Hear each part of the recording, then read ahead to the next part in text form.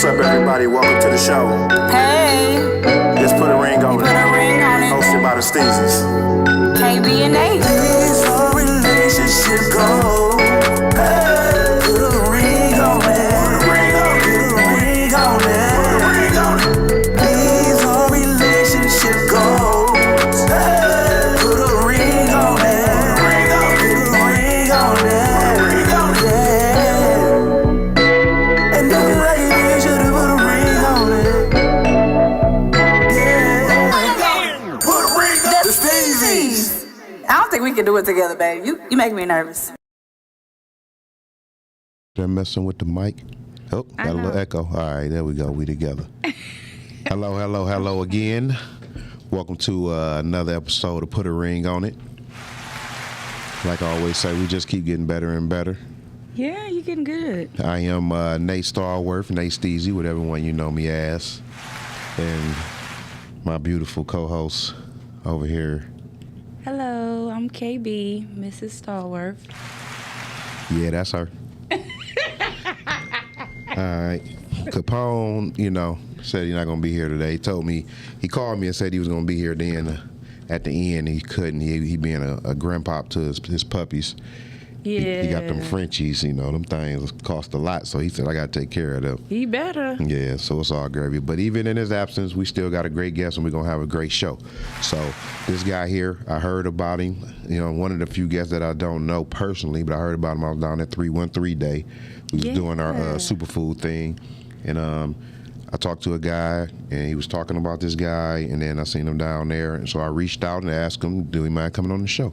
And he, gladly said he would. So we're going to get into all the things he's doing, because he's doing a lot of great things in a short time he's been back here in Michigan doing what he do. So we're going to get into that, but I'm going to let him introduce himself. Nixon. Hold on, say it again. There we go. I said, how y'all doing? I'm Kenneth Nixon. I'm an exoneree. I spent 15 years and 9 months incarcerated for a crime that I didn't commit. Yes. That's a whole lot of time. Hey, that said enough right there. Right, man. But he's an organizer for the organization of exonerees. Yes, sir. Correct. All right. So tell us a little bit about that. Organization of Exonerees is a group of people that were all wrongfully convicted of crimes that we didn't commit. We decided to come together as a unit and bring awareness to criminal justice reform as much as we possibly could. Mm-hmm. Bringing attention to innocent people being locked in cages for stuff that we didn't do. Yeah. It's a sad reality, because the other side of that means that the actual perpetrator is still out there committing crimes. Yeah. Exactly. Or at least not paying for that one. Yeah. And more than likely committing the crimes. Creating new ones. Even more. Yeah. Man. Now, you were wrongly committed, and this was in 2005, correct? Yes, sir. So, like you said, he ended up doing 15 years and 9 months for something that he didn't even do. So, how old were you when you went in? 19. 19 years old when you started this. So, how was that adjustment, coming out and being so young? It's been a huge adjustment. Like, everything is different. Exactly. It gotta be. Nothing is like it was when I left. They got digital billboards and cell phones like computers now. Like, they didn't have none of that when I left. We was just getting into the cell phone, the technology cell phone era, right around that 05, 06, 07 era. Yeah. So that's when camera phones first started popping. So Flip phones and camera phones. Yeah. Skip from the LCD screen straight to the new iPhones. Right. Exactly. Yeah. Because they ain't have no type of cell phones in prison, right? No comment. I was about to say. Set up question. Can't ask him that. See people live and they in jail. They be on their phone like, Yeah. I don't know nothing about that. He don't know nothing about it, course not. but some of the other people may do. So. Not you. Not you at all. Okay, so I had a question. Go ahead. So you were 19, Yes. and you had 2 small children. Yes. And so how was it having a relationship with the kids while you were in prison? That's one of my questions, baby. Sorry. Good job. I mean, it's hard. It's extremely hard. My oldest son, I didn't even find out he was mine until I was already incarcerated. He was 3 already. So, I mean, he's 19 now. Right. So, our relationship is based off of visiting rooms and 15-minute phone calls. You know, it was tough. It was extremely tough. I think it was, 2000. I want to say like 18 or something. Excuse me. When I spent the entire school year getting up at 6 o'clock in the morning, making sure he was up for school, literally every day, every morning. I was Yeah. calling to make sure he was up for school. So, the relationship was difficult. It was hard based off of the conditions. The circumstances didn't allow us to have what most parents have. Exactly. I did the best I could under the circumstances. I utilized every tool at my disposal to make sure that I stayed in close contact as much as possible. But, even that was limited. Even that was restrictive. So that was difficult. But, I made it possible. Yeah. Now, do you have any additional kids since you've been out? No, I'm good on kids. You good? I'm good on kids. Because it's been long enough. It's been long enough to have a few. Yeah, I'm good on that. He said So- that's okay. being in a relationship, being strained, and having that 15-year stretch, how much of an opinion do you give your son? What you got, 2 sons? Yes. Okay, so how much of an opinion? Because not being there makes you kind of give them their way a little bit more because you've missed a lot of time doing some things. So how much of an opinion do you give them on things that's going on, or did you just step right back in and be a strict father? You feel me? No, I've been kind of easing into it. You know what I'm saying? Like, I didn't want to disrupt their routine. Yeah. They already kind of had some stuff. Like, my youngest son is a standout, a high school athlete. Okay. So Put I a didn't ring really on that. want to. Yeah. He just accepted a full ride scholarship to Morgan State University. Okay. Out of Baltimore. Put a ring up for that HBCU. We know about Definitely it. HBCU. We know about it. It was, like I said, they got their own routines. So I didn't want to just come in and just, change everything. So we slowly been sliding into our own routine. You know what I'm saying? We have standing breakfast every Sunday. That's our thing. Unless somebody's, cool. work or I'm out of town or something, something disrupted. But for the most part, we've got a standing breakfast every Sunday. And that's our thing. Right. That's our few minutes to kick it and Right. really, talk stuff to each other, whatever we want to do. Yeah. But beyond that, I had already kind of made my mind up once I knew I was coming home that I didn't want to be that guy. Yeah. I didn't want to be that guy, Yeah. the Iron Fist guy. Yeah. At this From point, all the they- movies. Exactly. I mean, they're practically adults now, Yeah, so it's yeah. a little Yeah. late for that part of it. So it was just, us just figuring it out. There's as y'all know, there's no blueprint to this, so we're It just ain't. figuring it out as we go. It Not. ain't. So how did they receive you? Because being in there talking to you and back and forth when they want to, basically, how do they receive you now that you're here and they have 24-hour access to you now? I think it's still an adjustment period for everybody. Yeah. They spent so many years not being able to call me, and now it's the total opposite. Yeah, yeah. I can call them, they can call me whenever. Right. So we getting used to having complete access to each other. It's not always the easiest thing to remember, but we, as a parent, you got to make sure that you reminding them, like, hey man, like, make sure you call me next time something go wrong. You know what I'm saying? They don't, but because I haven't been there so long, they're not used to being in the habit of having that other person to call outside of mom. So now it's like, yo, all right, man, I'm here now. Like, you ain't got to figure it out on your own all the Exactly. time. Try it out. Try me out. Exactly. Give me a shot. Yeah. And that's the best thing you can do. So I got boys too. I got 3 boys and another stepson. So we have a testosterone household. You feel me? She's the minority.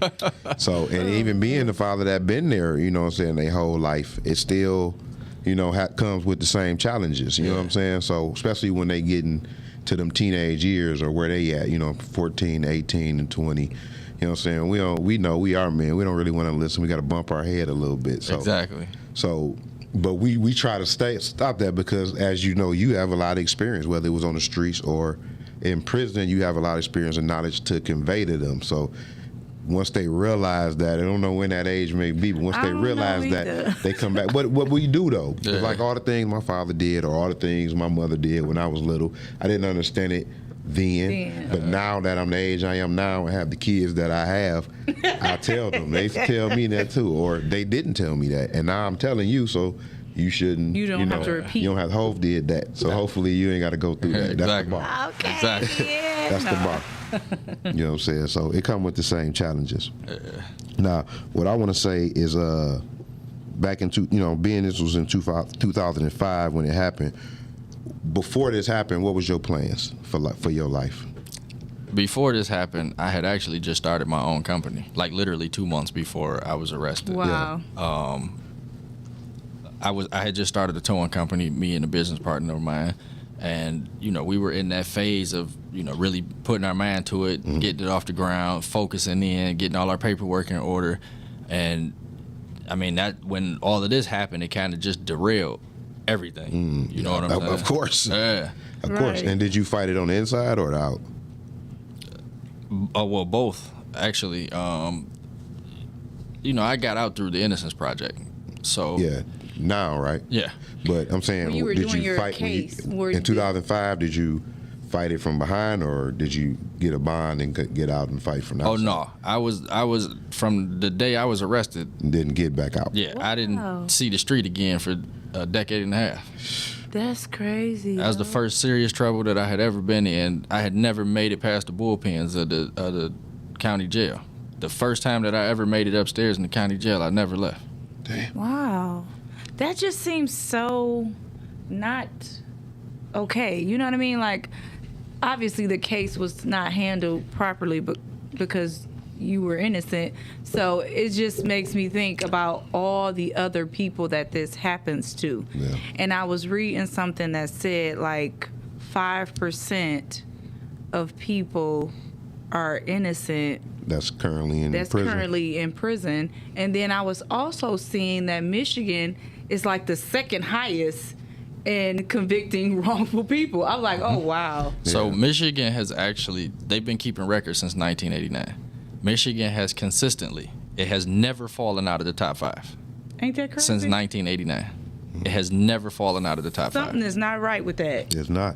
But you think that got to do with plea or collusion, for Probably lack of a both. better word? I think it's probably both. The reality is when there's no accountability. Somebody asked me this question in the interview about a week or two ago, right? And my response to that question is, in my personal opinion, the government has too much power. Too much. And I say that from the place of Put a ring on that. when you can literally take somebody's life. We literally have the death penalty in this country. You can send someone to death with the stroke of a pen. You can also restore life, right? You can exonerate somebody and Exactly. give them their life back with the stroke of the same pen. And there's no consequence either way. That's too much power. It is. When you can kill somebody with the stroke of a pen and of no consequence, and you can bury be it. completely wrong. And Your buried in decision can be paperwork. completely wrong. That's so freaking scary, yo. and there's buried in paperwork. and buried in paperwork, and there's nothing anybody can do about it. Yeah, but go through the loop and the loop and the loop, Yeah. man. So if, just say in 2005 this didn't happen, and you stayed a free man, do you think you'll still be doing this type of work? Probably. I doubt it. Yeah, I was on a different path then. yeah, I was on something totally different, and now don't get me wrong, I've always been a fighter. I've always been that person that stood up for the underdog. I've always been that person that, I was the thinker. I was the guy in the room that, was paying attention to what everybody else was doing. And, at that particular time, the path I was on was, my youngest son was 1. I was trying to build a foundation. Right. At this place, a decade and a half later, I was expecting to be, off and somewhere else. Yeah. 4th, 5th business by now, comfortable, Right. chilling, not having to be concerned about nothing. So absolutely not. I didn't see this in my path at all back then. man, that's crazy. So Now- what Go ahead, baby. what got you in this organization? Like, what did you just get out and automatically said, I'm gonna, help other people get exonerated that were wrongfully in prison, or the people that help you get out? You like, how did this organization come to Fruition. fruition? So Yeah. there's kind of 2 questions there, or 2 answers to that question. So everything I'm doing now is stuff I talked about inside. Like I seen this coming long before it came. You know what I'm saying? Sitting there reading and studying and preparing myself for this moment. So this moment is no coincidence for me. This is what, I trajected right in my own path. Just being in that situation, you see people on a regular basis that I can be considered a little bit more well-spoken than some, right? I can articulate what it is I'm thinking, sometimes what I'm feeling, but I've been in spaces with people without that type of emotional intelligence. They can't tell you what it is they feeling. Yeah. They can't tell you what it is that's going through their head. Yeah, especially here. We got a lot of that in Detroit. Yeah, Oh my exactly. gosh. I mean, that when you think about it, that's most of the violence that happens is because you couldn't articulate whatever it is that you were thinking. True. You know what I'm It's saying? true. So this, for me, is something that I seen coming years ago. As far as the organization was loosely formed already before I came home. Okay. There were some of the prior exonerees that had already been sort of building the foundation. I kind of came into it. The president prior to me, stepped down, and a lot of the people knew me from inside. They knew my mindset, they knew what I was into, my focus, my level of determination, and they voted me in. Wow. This wasn't handed to me, I was voted in. My peers felt like I was ready for this. So once I came into the play, we just kind of took off. The stuff started to come in, decisions were made, and we took off. And then, recently I was able to carry us to nonprofit status. Second largest law firm in Michigan. I got them to do our paperwork for us, pro bono. Oh my. He said the magic word, pro bono. Exactly. Okay. Exactly. So, that's a huge step. Huge. That, a lot of people didn't see coming, but it was necessary to get us to the next level. Absolutely. Yeah, and like I asked everybody, you actually did it, because a lot of people had that thought. A lot of people talk about a lot of stuff inside. You feel me? I had my time.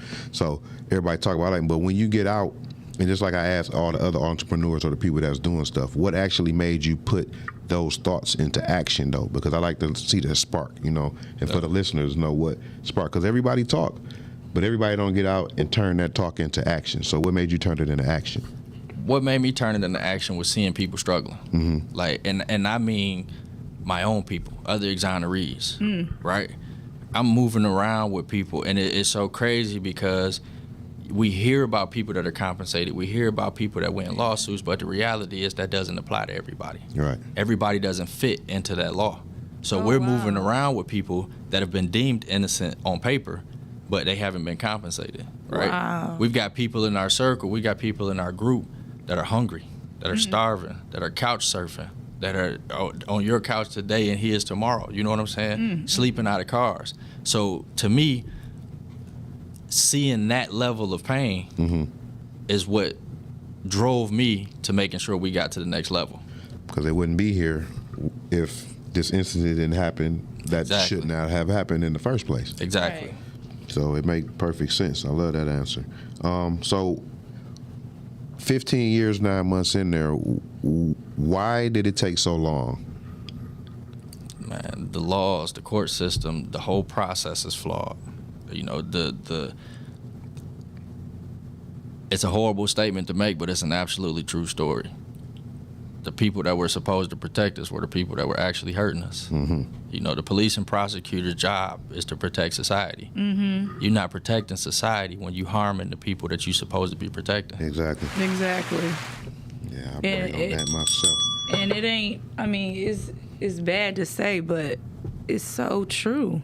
Like, you're not trying to figure out who did it. It's somebody said it was you. Yeah. So it's you. A body. And you, That's all it takes. You gotta get a body. Your life don't matter. That's all it takes. You gotta get a body. That's so sad. And it's all about statistics. When you think about it, it's all about statistics. They're concerned about closing the case more so than they are about getting the right person. We see it every day. We watch it happen. We see it play out in the news every day. We all Every question day. it when a major crime happens and they got the person 24 hours later. We're all like, yeah, was it the right person though? Exactly.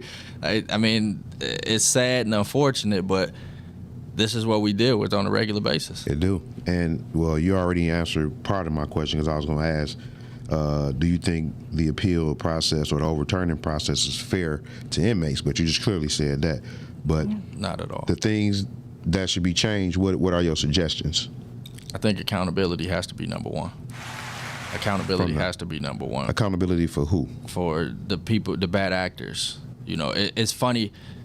I addressed this question with a cop recently, and you know, cops get defensive when you say that, yeah. right? So it's a simple question: do you know any bad cops? Right. Her response was, "No, I don't know any bad cops." I said, "I didn't either until he framed me for a murder." So to say that you don't know any is to say that all of them are professional. Right. Exactly. And we know that not to be true. We definitely know. But the other part of that is when you do see a bad cop on the job, what do? Do you report them? Because for people to say that we don't like bad cops, I don't see you helping us get rid of them neither. Mm-hmm. You can't have it both ways. You can't cry that we're blaming all cops, but you ain't doing nothing about it neither, though. Right. Because so if you're not a part of the solution, you a part of the problem. There you go. Thank And I think that's an older mentality. You know what I'm saying? Yeah. In a way, like that talk, but like I just said, not with all these thoughts and don't put it to action. And that's what I've seen growing up from a lot of people. Had a lot of opinions, a lot of ideas, a lot of talk about people who actually putting stuff into action, but they never put, into that action themselves. And that's where I be having a problem with. So next, I just want to ask a serious question, and this is just something that I personally want to know. When you standing up there and the judge tell you you have life, what's going through your mind? Man. Honestly, that moment was a blank. Like, I can't even tell you what was going through my mind. I was numb at that point. Yeah. You know what I I'm can saying? imagine, yeah. I was numb at that point because the guilty verdicts had already came out. And everything past that was just like, man, whatever. Formality, yeah. Yeah. It was whatever at that point because I already knew what the sentence was. When they came back guilty on first-degree murder, everything else he said didn't even make sense. Nothing even mattered after that. You know what I'm saying? I knew what was coming, and like I just couldn't process what was happening in that moment. Yeah. Were you expecting something like that? Not at all. Not at all. Like I mean, you expect that the system is going to work the way it's supposed to. Like, to see it not work, Yeah. and especially with something like, we ain't talking about a gun case. This ain't a drug charge. Right. My first time ever being in trouble, the other end of it was a life sentence. Like, that was hard. Right. That was hard. Like, you this ain't no 2-year bit. This ain't no 6 months in the county. Like, this is Man. Them words I was to just, hear life. Yeah. Because like I stood in front of them, but it had a number on it. You know what I'm saying? That I could deal with. You can measure your days. You knew what was When you coming. got to know what I'm start and a finish, this when it start, this when it Oh, end. that's a start and a finish too. But that's the Well, wrong start and finish that we you ain't want to talking hear. about finish of life. that was gonna be your finish, and you expect to live. And listen, there was the other charges. It was 2 counts of felony murder, 4 counts of attempted murder, and 1 count of arson. And I remember he said 240 months to 480 months, and I looked over at my lawyer and was like, "What do that mean?" Right. I couldn't even process Add that in my up. head when he said it. It's like, Right. what? What? And it literally took me like a couple of days to sit there and do the math and Yeah. really figure out what he was saying. But I was 52 like, weeks a year, man, 7 Yeah, I days a would- week. ain't nobody wants to do what it meant. A long time. yeah, Man. I was lost. And so I understand why, you would get into this and being, and especially they would bring you to lead. So what are your goals for the, organization of exonerees? Being the president, what is your layout for the organization? I think we got a couple goals. One is policy reform related. We need to. On what level? Local, city, federal? I think all of them. Mm-hmm. The thing about wrongful convictions is it's not a local problem. It's not. This is not a Michigan problem. This is a nationwide problem. Right. This is an issue that happens in every state, every city, every part of this country has an issue with wrongful convictions. And so I think, from the perspective of the organization, our job is to bring awareness to it. Our job is to try to prevent this from happening to the next person as much as we possibly can. And we do that by shining the spotlight on the inconsistencies, the inaccuracies, you know, the people that are responsible for a lot of this stuff. That's one part of it. The other part of it is just making sure that we're taking care of our own. And I mean that from the perspective of, you know, justice impacted people that are exonerees. You know, a sad and unfortunate part of this is a lot of people that come out on the other end of this are mentally unstable. You know, Right. everybody can't handle all of the trauma that comes with being in prison. And being in prison And for being something. wrong, yeah. That's what I was about to say. And being in prison for something that you didn't do. Yeah, I'm about to say, I know some guys, they ready to go back. They did it. But anybody who didn't, I can understand. Like you can't, I don't think there's a day that you could ever process that thought. You know, Yeah. nobody even likes to be accused of something you didn't do, let alone be punished for something that you didn't do. Right. Every single day. You don't want to blow a stop sign and the cop tells you something wrong. You like, wait a minute, I ain't do what you just said. Exactly.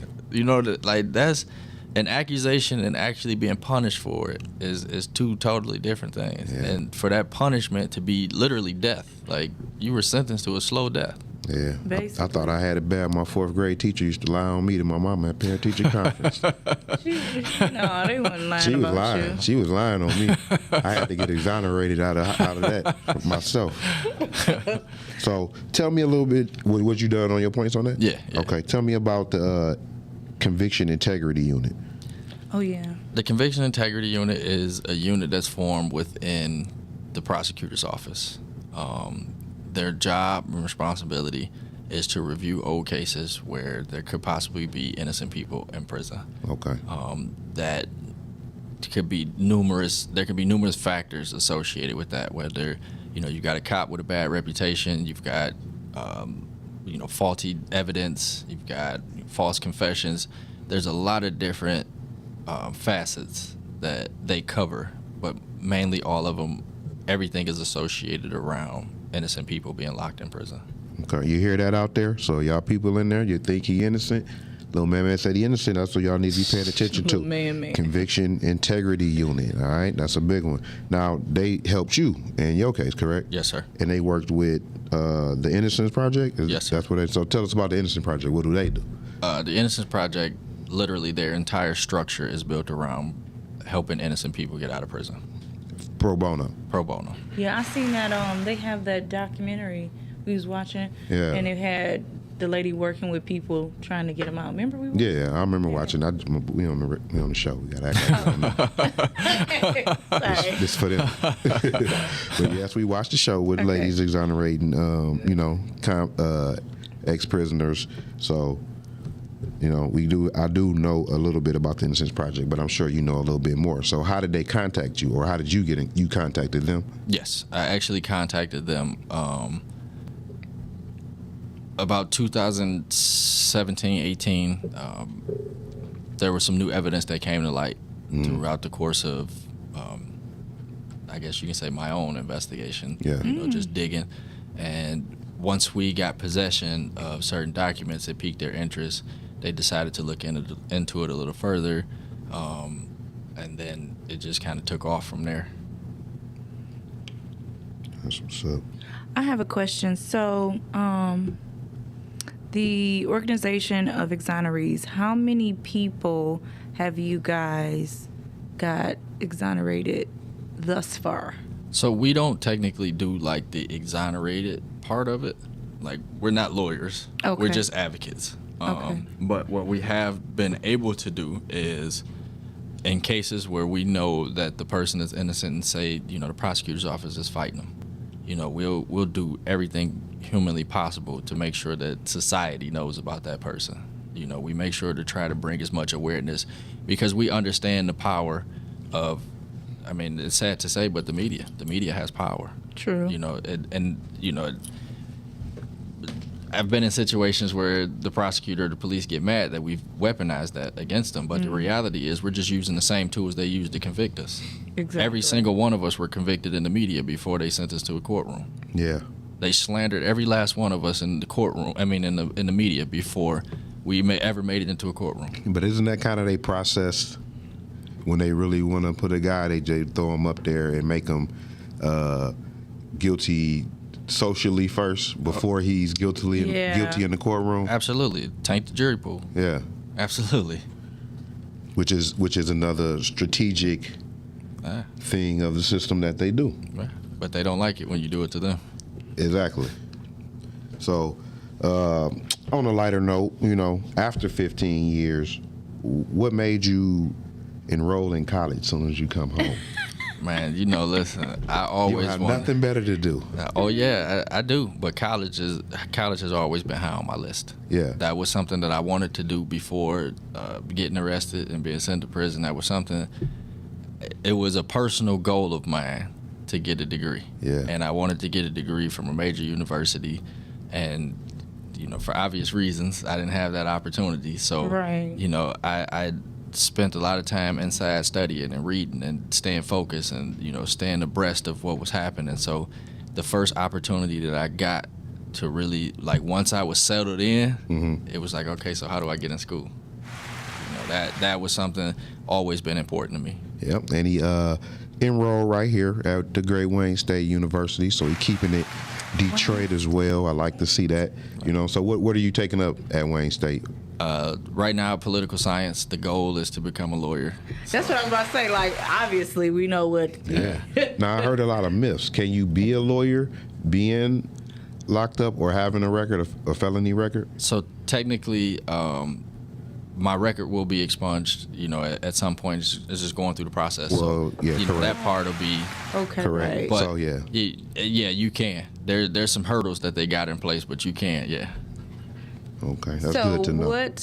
what do you think? Like, how do you think you can help as a lawyer, far as the judicial system, like the changes that need to happen? How do you think you can? Oh, I want to be on the innocence innocent side of it. If there's an innocent person in prison, you better. I'm gonna be your biggest advocate. I'm a firm believer that innocent people shouldn't be sitting in cages. Yeah. If you want to punish somebody, punish the right person. And if you get it wrong, you deserve to be that person sitting in that cage. Like that's just not right. It's not fair. There's no fairness and there's no justice in sending innocent people to prison. You could be going about your everyday life, and then somebody with too much power just shows up and was like, "You right there. It's your turn." It's your time. Like, come on, man. That ain't right. That's exactly what happened to my Uncle Junebug. Just said it's your day. Today's your day. Oh Lord. I never seen him since. Anyway. Lighten up, baby. Lighten up. Anyway. I'm trying to be serious. We are I got being my serious. So glasses on. let's talk a little bit about government or the local government here. You know what I'm saying? So what do you think about our governor, and do she support these issues, or do she even care about these issues in your opinion? I think she doesn't have a choice but to care. I think that as long as we continue to make enough noise, she's gonna have to care, because this isn't a local problem. You know what I'm saying? This is a statewide issue, and she has the authority to do something about it. And I don't know how much authority she has, but she has some governmental powers that could solve a lot of issues. Now, don't get me wrong, we know this side of it, right? We know what the exonerees look like. But there's also a part of this industry that we never get to see. And those are the guys that'll likely die in prison because they've exhausted every opportunity they had. They don't have any more court appeals to take up. And there's a very good likelihood they could die in prison for something that they didn't do. And we know they didn't do it. There's just no avenue to show it. Yeah. But the governor, from that perspective, has the authority to use her pen. And, she has, don't get me wrong, she has. Would I like to see her use it a little more? Absolutely. Yeah. Absolutely. Some of those people that I know are locked in those cages are friends of mine that I know are innocent. Yeah. Wow. You know what I mean? Yeah. So, nobody wants to see somebody suffer or see pain on that level and know there's nothing you can do about it. Yeah. Now, is she your candidate? As of right now, yeah. Yeah. Yeah. Okay. Why though? Why is she your candidate? I like Big Gretch. Okay. I think she's done she's done some positive things that people prior to her just ignored. You know what I'm saying? I think, you know, a lot of the stuff that she's chosen to do, even on a basic level, I think from, you know, the pandemic standpoint, I think she made some good decisions. You know, I think she's done some things that were against the status quo. And I like that. You know, I like people that can stand on their own. You know, I like people that you can make a decision and deal with the heat that come with it, but you know it's the right thing to do. Yeah. She didn't want to deal with them people coming trying to get her though. No, she ain't want no she smoke. wasn't playing. And them people ain't wrongfully in there, and they didn't get no time. They let all them off. And here we Exactly. again, the flaws of the system. Very flawed. Flaws of the system. Okay, well, shoot. Since we on politics, long after the election, what's your thoughts on this current administration? Because I feel like Lil Bo Peep, I don't hear anything from this administration since they've been sworn in, especially the vice president. I ain't even saw her nowhere. Yeah. Like, But doing that's nothing. that's my opinion. You know what I'm saying? Other people sometimes feel other way. I get into it with my mother-in-law all the time about this. I mean, it's from an overall standpoint, I agree. It's been a quiet time in the White House lately. Quiet storm like FM 98 out here. Absolutely, it's been a rough time, but I think more can be done. I think there's a lot of it that's not, you know, being exposed. I think there's a difficulty when it seems like to me they're always infighting. That's the part that I don't like. You know, why can't we just disagree on something and move on? Yeah. Why does it have to be such a battle to get even the most basic things done? That part is something that just it baffles me. Even when it's right, it's morally right. Yeah. It's still a fight. It's still an argument. Like it just don't make no sense to me. 2022. Yeah. You know what I'm saying? Back in the day, I understand arguments a little bit better because I know where they was mentally. Yeah. Now, in 2022, with all the technology, all the information, all the things people bring to the table, I still don't understand some of the practices Yeah. that still go on, like you said, but it's the accountability. Who's checking who? So I got to agree with you on that. But the vice president, though, like, I'm having a real trouble accepting her role, you know, because, Yeah. I mean, whatever that is, I don't know what her role is. I mean, we know. Personally, and I really want to because we showed her off a lot. We made her a Yeah. martyr to our little black girls, but Okay. what now, you know? I think the image of her, you know, being a black woman, the first vice president black woman, half black woman, whatever she is. So it's just the image of, oh, you can be anything you want. And see, you can be, you know, vice president of the United States, little black girl, which is great. I think that's great to give children images of black people in, you know, that realm. But we talk about facts of what she's actually done in her career. And it ain't good. a Like light. people don't read up on people. They just be like, "Oh, she black." So no, like she Like the put people in jail. Darko Milicic lot. of vice presidents. I agree. I mean, it's from a citizen perspective. Yeah, the optics look good. You know, it was a Yeah. good They don't look camera good trick. anymore. No, They did no. look good. That's what I'm saying. Like at that particular time, Yeah, you it know, looked great. it was good for the camera, It but looked great. you know, in reality, all the same injustices that we were dealing with before are still happening. They're still happening. Like, and there's no change whatsoever. So yeah, of course, you got people questioning like, "Yo, where you at?" and she voted for some And- of the stuff that. And I'm questioning, like I say, I brought that up to bring it back to this point I'm about to make about questioning the policies because, as you say, and like we talking about, you know, it's differences in what they choose to lock us up for when it's our day, or what they choose to deem illegal. So, what do you feel now on how they're finna change and make marijuana legal on a federal level? Oh, my Because we know it's legal in some local governments. It's depending on them, but they're talking about federally legalizing marijuana. But we have to wait 15 years to exonerate innocent people. You feel me? So that's like a misrepresentation of the resources to me. Absolutely. How you feel about marijuana being legalized on the federal level over some of the other things Like, that it's should so happen many before other that? Because I don't have a things. problem with them legalizing marijuana, but it's so many other things that should have came first. I agree. I 100% agree with that. I think it's important. It's an important move. Don't get me wrong, and please don't mistake me to be disagreeing. But Right. I most certainly think it's a good move. Yeah, I think I'm it's a good advocate. move. I also Sure you think are. that this is one of those situations. And it kind of parallels the conversation, because the one thing about criminal justice reform, what's happening now, you didn't see 10, 15 years ago. And what I mean by that is we're forcing our way to the table now. Yeah, We're definitely. forcing our way to the table because historically, other people have spoken for us, right? You've got people, and, I've challenged a few in closed door rooms when, as a prosecutor, how can you tell me that the decision you're about to make is going to be good for the system? My first question to you is, how do you know? You're never going to see the consequences of that decision. So Right. how do you know that's for the better? Right. Why don't you just ask somebody that's been through it? Why don't you Yeah. just ask somebody that knows what it looks like on the other end? That's How do pretty you much know? like right. Because then y'all will look like y'all the smart people.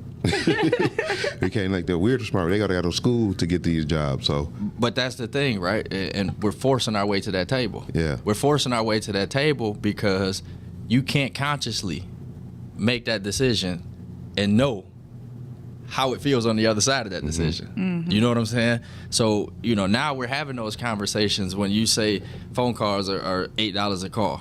Well, I went to prison, and I know what it feels like when that phone hangs up and my son is still screaming. yeah, I know what it's like to sit there for 2 hours doing homework at $8 a call. I know what that feels like. So if you ever want to discuss that, why don't you just ask me what it's like at $8 an hour, Exactly. at $8 a call? You know what I'm saying? And So why would it be $8 a call to people that's not working anyway? But that's a whole nother story. Continue. But brother. as far as the marijuana thing, I think it's important. I think it's important because so much of society has been demonized the word I was going to use. because Yeah, of this. yeah. But the flip side of that is, and this is a story that y'all don't know. So just recently, I was in D.C. I was in D.C. lobbying, and the group that I was with, there was a doctor there, a volunteer doctor. She came on her own dime just to be a part of this group. Cool. She comes, and her and I just start the dialogue. Older lady, well, not older. She was older than me. Yeah. We just started dialogue. So I just simply, why are you here? What are you here for? And she said her family owns dispensaries in Arkansas. So she wanted to talk to her senator that represents Arkansas. I had no idea what she wanted to talk to him about. I'm thinking it was dispensary related. This lady shocked the hell out of me.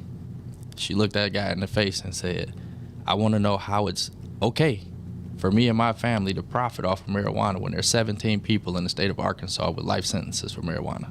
Ooh. Why are you not doing nothing about that? As the senator that represents my state, why are you not doing nothing about that? Caught me completely off guard. Yeah. I was frozen in place. Like what? Didn't see it coming. He was frozen when she asked Of him. course. Came from Arkansas to ask that. Yes, on her own dime. For the 5 minutes worth of conversation. But her point was made the moment she asked that question. Are there some... Yes, there are tons of more important issues. Again, we got the death penalty in this country. We're literally... There's a government-sanctioned murder happen, and we know we get it wrong sometimes. Right. The criminal justice system is run by humans. And as we all know, anything run by humans, there's room for human error. There, there. Exactly. There's times that we know the government has gotten it wrong, but yet we still continue with this practice. That's something that needs to be addressed. That's something that should be top priority for a lot of people. I understand the eye for an eye stigma. I get it. But how do you know you got the right person? How do you know you got the right person? That's the question we have to ask ourselves repeatedly. How do you know you got the right person? So what is the resolve with the justice system to get it where people are being trialed correctly, cases are being done properly, to where there is no wrongful convictions for people? Because I don't see how That's a it's hard one. gonna... I don't know that we're ever going to get the number down to zero. Yeah. I don't know that we'll ever get that. However, there are some measures in place or that can be put in place that I think would change a lot of what's happening. And back to a previous statement, for one, is accountability. When what's happening as it stands right now. A cop can literally frame you for something, Exactly. I've been send there. you to prison, and retire with a full pension, as if nothing ever happened. Been He can there. care less. That's crazy. Yeah, And it's we like his see. word is more, believable than mine, no Be- matter what. We're Just taught 'cause he's that a law. we're taught Yeah. that as Americans, they're authority, and authority always gets it right. That's what we're taught. They That's teach what us we that taught. in school. Yeah. Yep. That he's an authority figure. So until we have some sort of accountability, until there's some sort of punishment for, and me personally, there's a difference between doing something by mistake and doing something intentionally. There's a total difference. Right. We can excuse a mistake. We can say, okay, learn from it and we move on. We get that part. But in those instances where it was intentional and you knew what you were doing, you consciously made a decision to harm somebody, you should be held accountable for that. Right. Yeah, You should be held accountable for that. definitely. Whether you're a civilian or a police officer. Yeah. I think the punishment should be worse for police officers should. because you hold To a higher hold standard. them to a higher standard. Exactly. Yeah. Right. That's true. Your job, your training teaches you that you're held to a higher standard. This is true. So until we get to that place where there's an acceptance for the punishment part of it, I don't think we're ever going to get to a place where we can bring that number down. Because Right. that applies to not only police officers, it applies to prosecutors, Judges. it applies to Yeah. judges. Yeah. You know, we've heard some of the Right. worst horror stories in this country that happen from people of authority. And they walk away. They walk away clean. Yeah. There's Go a on there's a with their famous life. saying that Brian Stevenson's got a famous saying in his book. Our system treats you better if you're rich and guilty than if you're poor and innocent. And I agree. I think how we get to that point, I think it's gone bad, but some people gotta die. They gotta like the older that generation gotta start living their life and go on to glory. And when they go to glory, the grandkids and all of them who hang around black people, listen to black music, and all they're gonna be the leaders of those same families that keep us behind the thumb. You feel me? So it's gonna be some more change as the generations I agree change. 100%. I think to get to what he's saying. I agree All right. 100%. We're running out of time, so let's get to our little game. We can go another hour.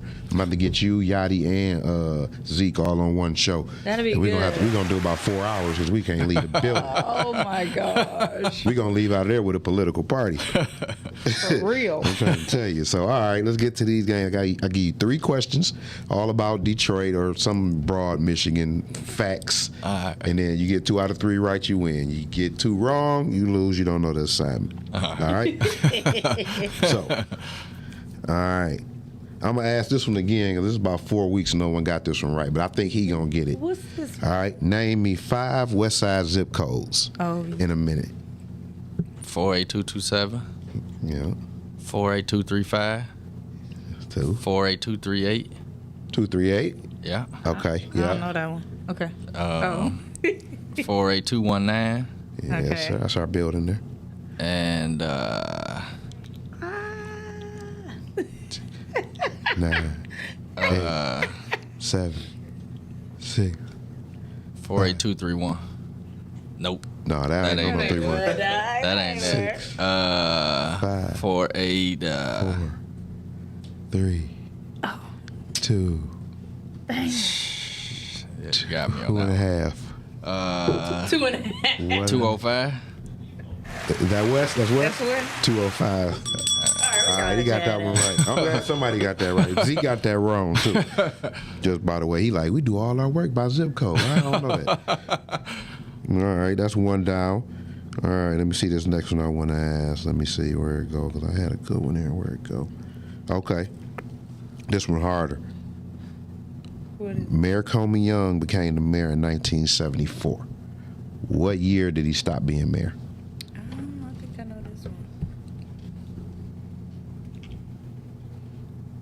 74. 74 to what? When did he end his term? He died in 97 for reference. I want to say 91. All right. You want to say or you going to say? I lock it in. You going to lock it 91? I'm You like sure? 91. Yeah. Incorrect. Incorrect. 74 to 2004. 20 years as the president. Yeah. I mean, not the president, the mayor. I was about to say the president. The mayor of Detroit. Yeah. Yeah, I thought he might get that one right. You know what I'm saying? I did too. I was trying to think who came after, and that's where my thoughts was at who came after. In 94, yep, Dennis Yeah. Archer, Yeah. and then Kwame came Yeah. after that. All right, let me give you another one. This one kind of hard, but huh? Dave Bing was after, He came after. not Kwame, after, who the first one we said? Archer. Archer, he came after Archer. Okay. All right, this one, I'm gonna give you a 2-year buffer each way. All right. The oldest public aquarium I just learned is here in Detroit at Belle Isle Aquarium. It was opened in what early 1900 year? This is probably like back in the day. It's the oldest one in the whole America. The oldest aquarium in America is here at Belle Isle. I bet y'all didn't know that. See, I be pulling them facts out. You got a lot of useless information in your head. Let's say 1906. Damn it. 1904. Okay, I was about to say 1908. 2-year or buffer. whatever. He got 2-year like buffer. 1904, they opened up the Belle Isle Aquarium. I can't remember. And it's the oldest aquarium in America. You know what I'm saying? So shout out That's to a Belle good Isle. fact. Did you know that? No. You knew that? No. Oh yeah. That's what's probably up. where you got it from. That's what's up. So man, I love the show. We loved you being here, Ken. Man, we definitely gonna invite you back. Absolutely. Tell people where to find you, your handles, and what you want to shout out before we get up out of here. I'm on Facebook, Ken Nixon. I'm on Instagram, Kenneth Nixon 1. He got some glasses on there, so don't let that throw you off. I did see the picture with the glasses. Yeah. The studious look, you Yeah. know? That was my college look. That's when I was Yeah. projecting college right there. Yeah, they're my social media handles though. Yeah. And how if someone want to work with the organization of Exonerees, how do they do that? I mean, you can reach out through social media. There's quite a few members. I mean, I'm sure you've seen us around. Quick Google of our name, get you a list of probably all of us. I mean, we're always moving around. Yeah. Always. Social Yeah. media though is probably our best marketing place. Catch one of us on social media, tag us in something, send us a DM. We always, social media is it? Is everything now. Yeah, that's true. Yeah, that's what's up. Well, we definitely, hopefully your inbox be full. We definitely a supporter, and we want to be there and help in any way we can. And, babe, what you want to say? I just want to say that I'm glad you were on the show, and I'm glad you are a free man, and you're helping other people get free. I think that's awesome, and you're a blessing to many other people. So thank you. Thank y'all for having me. No doubt. You can't say more than that. That was nice, baby. Yeah, I'm nice. So we're going to take it out on that note right there. Let's put a ring on it. See you Monday. Peace. Yeah.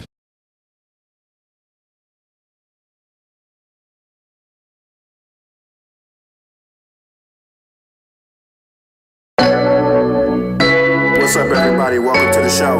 Hey, Let's put a ring on put a ring on it. Hosted by the Steezes. KB and Nate. These are relationship goals. Hey, put a ring on it. Put a ring on it. Put a ring on it. These are relationship goals. Hey, put a ring on it. Put a ring on it. Put a ring on it. Yeah. And if you like it, you should put a ring on it. Yeah. Put a ring on it. The Steezies. I don't think we can do it together, babe. You make me nervous.